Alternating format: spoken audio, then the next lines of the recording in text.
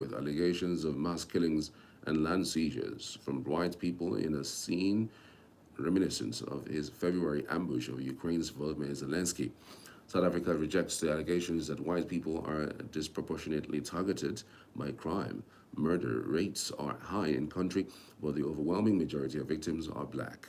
Ramaphosa arrived saying, though, he wanted to discuss trade and critical minerals, and the meeting got off to a cordial start as he and Trump exchanged remarks about golf. Champion South African golfers Annie Els and Retev Gusson were present as part of Ramaphosa's delegation, but the televised Oval Office meeting soon took a different course, with Trump showing a video and printed articles purporting to show evidence to back up his unfounded claims that white South Africans are being persecuted. South Africa, which endured centuries of draconian discrimination against black people during colonialism and apartheid before becoming a multi-party democracy in 1994 under Nelson Mandela, rejects Trump's allegations. The video shown by Trump showed white corpses, which Trump said were the graves of thousands of white people and opposition leaders making incendiary speeches. Trump suggests that one of them, Julius Malema, should be arrested. Ramaphosa mostly sat expressionless while the video was played, occasionally craning his neck to look at it. He said he had not seen it before and that he would like to find out what the location was. The United States has accepted a 774 jetliner as a gift from Qatar, and the Air Force has been asked to determine a way to rapidly upgrade it for use as a new Air Force One, U.S. media outlets reported on Wednesday. Secretary of Defense Pete Hegseth accepted the $400 million Boeing-made jet and has tasked the U.S. Air Force to figure out how to quickly upgrade it for use as U.S. President Donald Trump's official plane. According to the New York Times, which first has reported the deal, legal experts have questioned the scope of laws relating gifts from foreign government that aim to thwart corruption and improper influence. Democrats have also sought to block the handover. Qatar has dismissed concerns about the aircraft deal. Trump has also shrugged off the ethical concerns, saying it would be stupid not to accept a jet. Bloomberg, CBS News, CNBC, and other media also reported the deal, citing a Pentagon spokesperson. Representatives for the Department of Defense could not be immediately reached for comments. The government of Qatar also could not be reached. The mayor of Louisville, Kentucky, vowed on Wednesday to move forward with police reforms despite the Justice Department decision dropping efforts to secure agreements for federal oversight of police departments in Minneapolis and Louisville. Justice Department move comes despite a prior government's finding they routinely violated the civil rights of black people. The moves announced on Wednesday could or would largely undo years of work on police oversight during Democratic President Joe Biden's administration and represent a scaling back of the department's historic role to investigate and monitor troubled departments.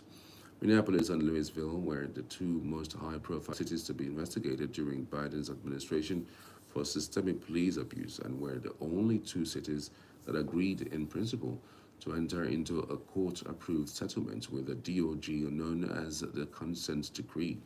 Louisville Mayor Craig Greenberg said the city would hire its own independent monitor to assess the police department's progress, setting aside $750,000 in the city's budget.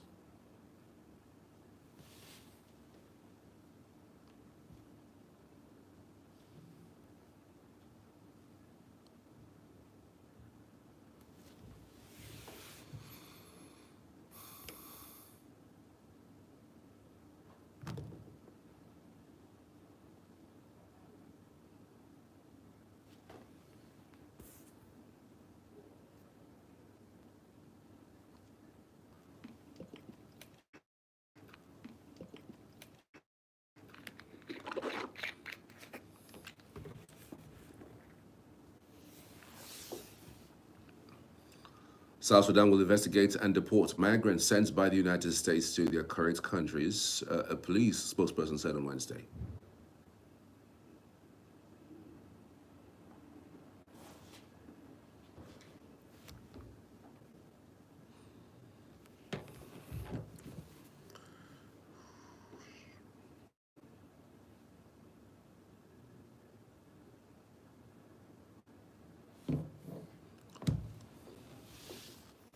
A U.S. judge ruled Wednesday that the Trump administration violated a judicial order by attempting to transfer migrants to South Sudan without allowing them to contest their removal. The migrants from Cuba, Laos, Mexico, Myanmar, Vietnam, and South Sudan were convicted of serious crimes, U.S. officials said.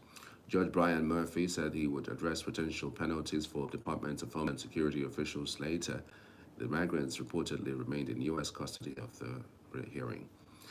Elsewhere, finance ministers from the group of seven industrial democracies met on Wednesday with hopes of agreeing on policies to restore global growth and stability, according to summit host Canadian Finance Minister Francois Philippe Champagne. He said on Tuesday that tensions over new U.S. tariffs would continue. The meetings over the next 2 days in the mountain resource town of Banff, Alberta, will be about back to basics and will include discussions about excess manufacturing capacity, non-market practices, and financial crimes, Champagne told the news conference. He said discussions would take place within the G7 and bilaterally with U.S. Treasury Secretary Scott Bessent about the impact of President Donald Trump's new tariffs on trading partners, and there would always be tension around such issues. Bessent has sought to push G7 allies to more effectively confront China's state-led export-driven economic policies, arguing that this has led to excess manufacturing capacity that is flooding the world with cheap goods and threatening G7 and other market economies.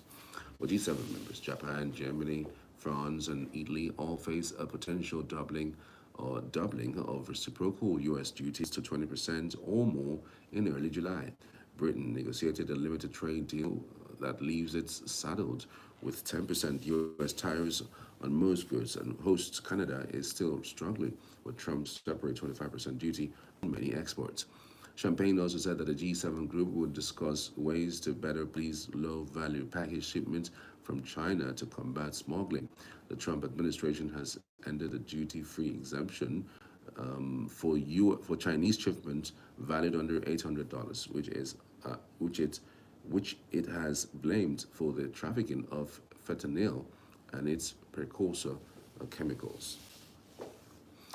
German Chancellor Friedrich Merz said on Wednesday that there are discernible indications that the American government might be prepared to agree on lowering tariffs.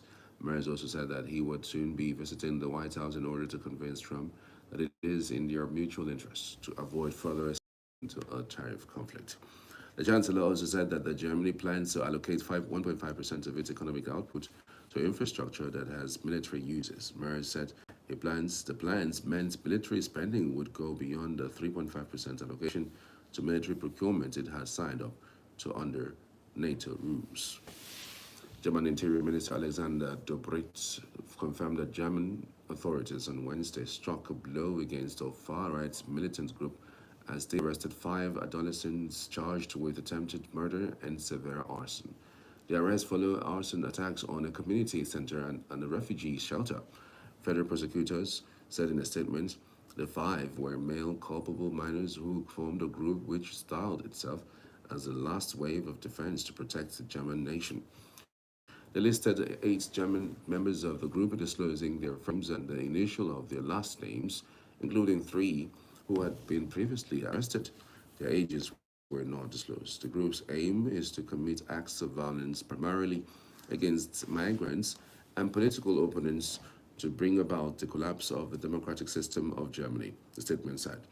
2 of the 5 are believed to have committed arson at a cultural community center in October in the eastern state of Brandenburg. 2 other members of the group who were arrested previously are accused of breaking a window and firing fireworks into a migrant shelter in Saxony in January. The statement added that more than 220 police officers were involved in the 5 arrests and searches of premises across 5 regional states. Politically motivated of crimes in Germany surged about 40% to a record high last year, a report by the Interior Ministry showed on Tuesday, with especially sharp growth seen in far-right violence. Protests were held for a 3rd day in Merali in northwest Pakistan on Wednesday after a suspected drone strike killed 4 children from the same family and injured 5 others, local residents say. The victims' relatives and villagers blocked roads demanding accountability for the attack, which they said targeted civilians. The father of three of the boys killed and uncle to the fourth boy killed, Shah Fahad, said his family was innocent. In a statement on Wednesday, Pakistan's military media wing, the Inter-Services Public Relations, condemned the civilian casualties but denied involvement, calling the allegations unfounded and misleading. The ISPR said an investigation was underway. North Waziristan, a former militant stronghold province near the Afghan border, has seen intermittent violence despite military operations against insurgent groups. Thousands marched silently in Montevideo, Uruguay on Tuesday during the 30th edition of the March of Silence, holding photographs of the victims. They demanded answers for those who disappeared during the country's dictatorship era.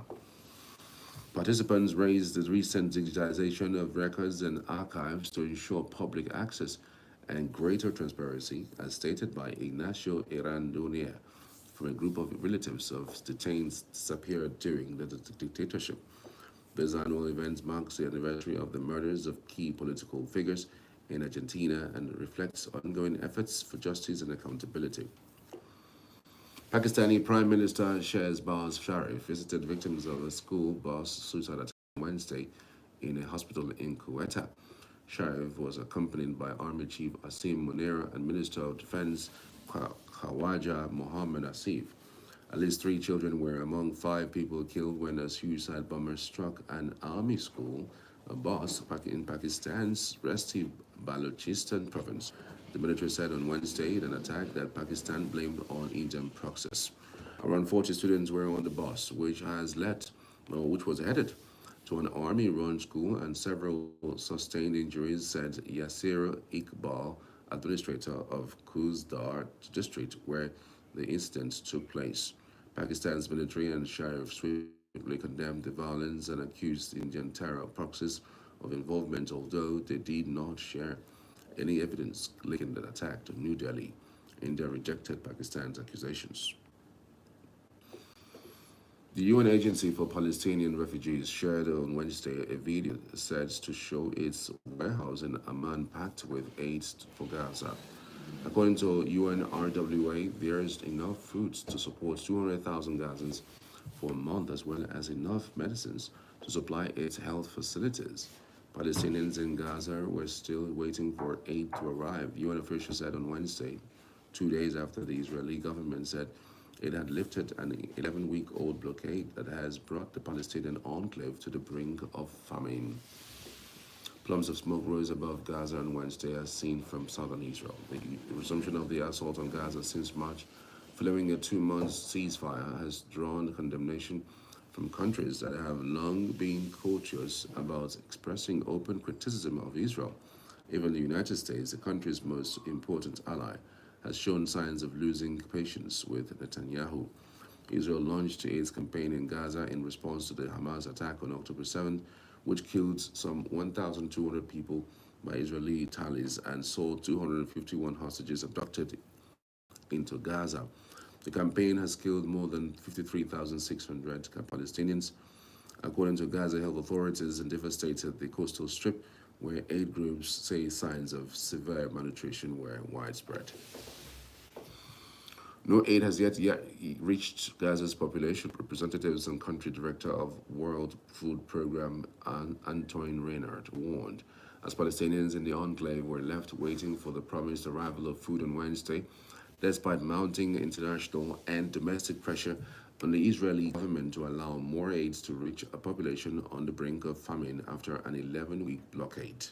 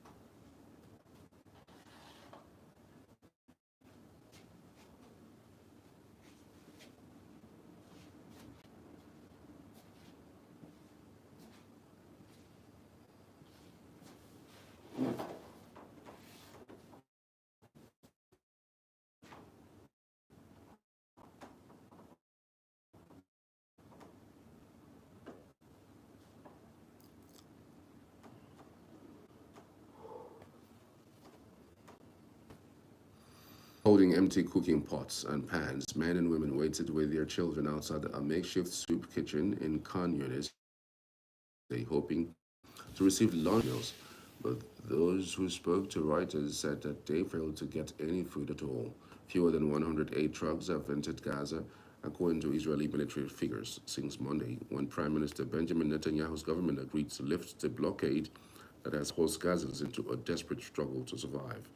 With airstrikes and tank fire continuing to pound the enclave, killing dozens of people on Wednesday, local bakers and transport operators said they had yet to see fresh supplies of flour and other essentials. Israeli Prime Minister Benjamin Netanyahu said on Wednesday the war in Gaza will continue until Hamas is disarmed and the Palestinian enclave is under Israeli military control. In an hour-long press conference in Jerusalem, Netanyahu laid out his conditions to end the war, which also included the implementation of the U.S. President Donald Trump's resettlement proposal. Netanyahu said Israel has probably killed Hamas leader Mohammed Sinwar after an Israeli airstrike on a hospital in southern Gaza earlier this month. He said that he would only agree to a temporary truce to release the remaining hostages. He also added that 20 of the 58 hostages held in Gaza since October 7 are known to be alive, and Israel would employ military and political pressure together with shrewdness to bring them back. Netanyahu criticized the United Kingdom for its condemnation of Israel's handling of the war, the suspension of trade talks, and said that any intention to recognize a Palestinian state would be deemed a prize to terrorism.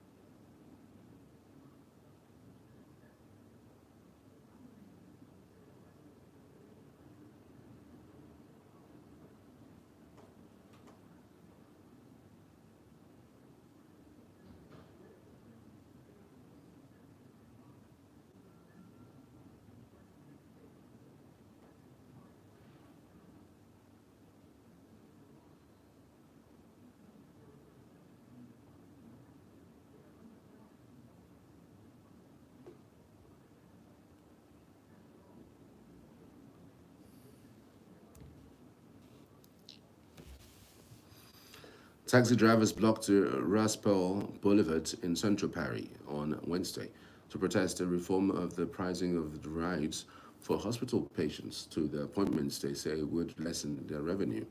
The Paris roadblock, not far from the French Transport Ministry, is just one of the many of all France, with drivers fully stopping traffic or intentionally slowing it down in cities such as Marseille, Lyon, or Strasbourg. The cabbies' anger is directed at a reform of the system, setting the fares for patients headed to or from medical appointments and paid for by the French public health insurance. The new system would introduce a base fare of 13 euros with added costs for every kilometer covered. It is set to take effect on October 1. The movement, which mobilizes thousands of taxi drivers with their vehicles, started on Monday and will last as long as it takes.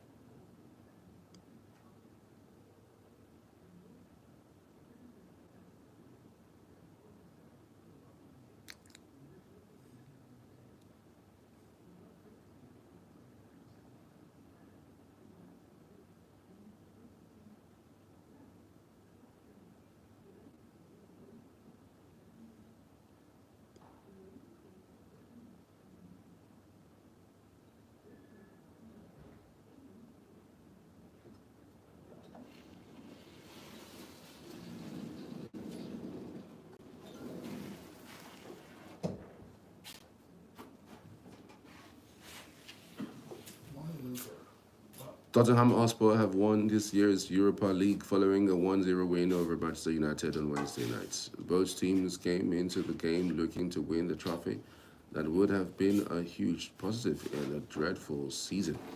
Winning the Europa would also secure a place in the next season's Champions League. And it was Spurs who scored the only goal of the match in Bilbao. Brandon Johnson got on the end of a loose ball in the area to prod it past Andre Onana in the first half. Although Ruben Amorim fought back after the break, Bruno Fernandes floated his free kick met Lenny Royo's outstretched foot, while the leaping Guillermo Vicario kept him out.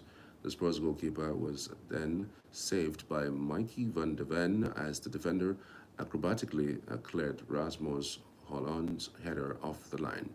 But Spurs held on to finish the campaign with a silverware. It is Tottenham's first European trophy in 40 years, their first bits of silverware in 17 years and 86 days. And that's the news this hour. I'm Charles Pius. Thanks for watching.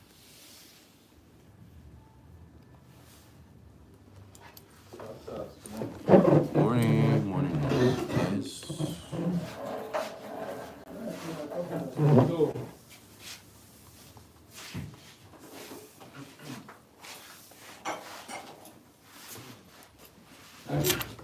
Mirrors. We get some from the car.